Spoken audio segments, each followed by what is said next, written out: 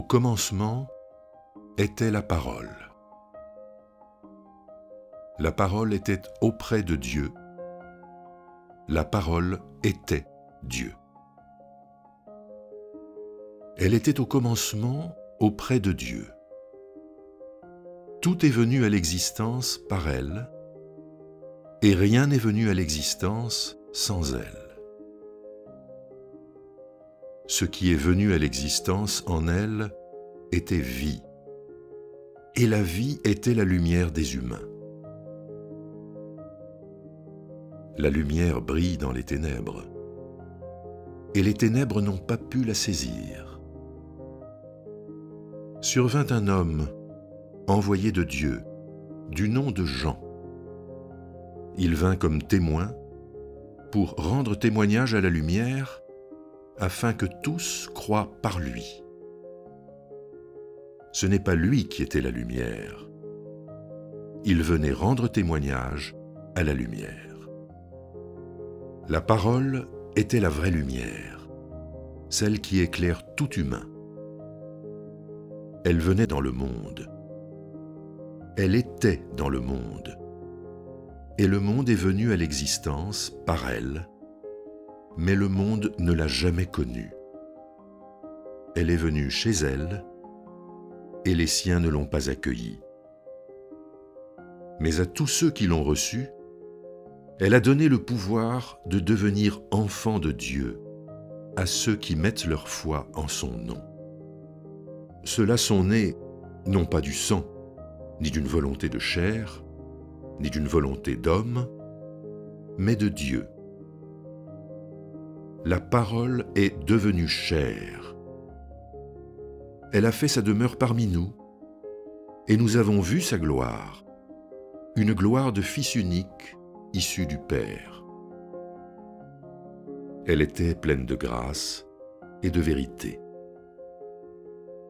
Jean lui rend témoignage.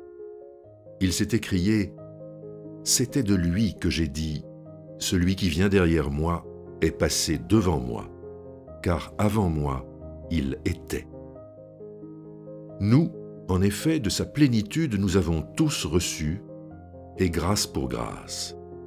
Car la loi a été donnée par Moïse, la grâce et la vérité sont venues par Jésus-Christ. Personne n'a jamais vu Dieu. Celui qui l'a annoncé, c'est le Dieu Fils unique, qui est sur le sein du Père. L'évangile de Jean commence par les mots « au commencement ».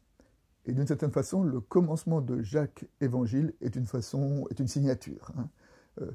Luc et Matthieu commencent par la naissance du Christ, Marc commence par la prédication du baptiseur, et Jean commence par ce prologue qui est une façon aussi d'annoncer l'évangile, non plus sous une forme narrative, mais sous la forme d'une méditation sur ce qu'il représente, ce que représente la venue du baptiseur et ce que représente Jésus lui-même.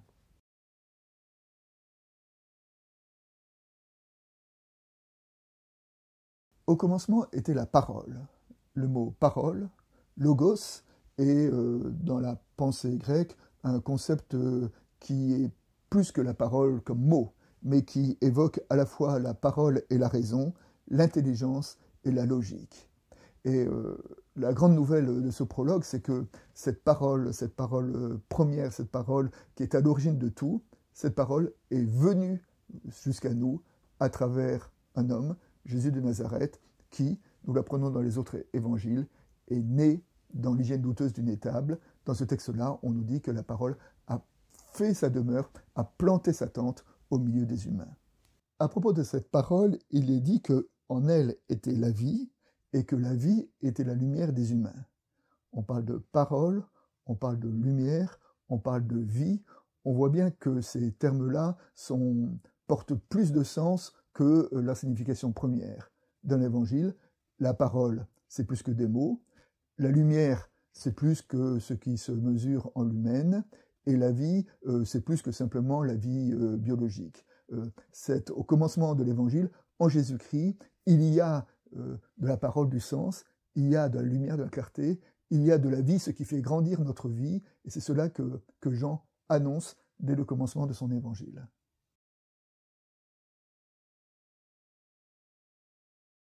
En elle était la vie, dans la parole était la vie.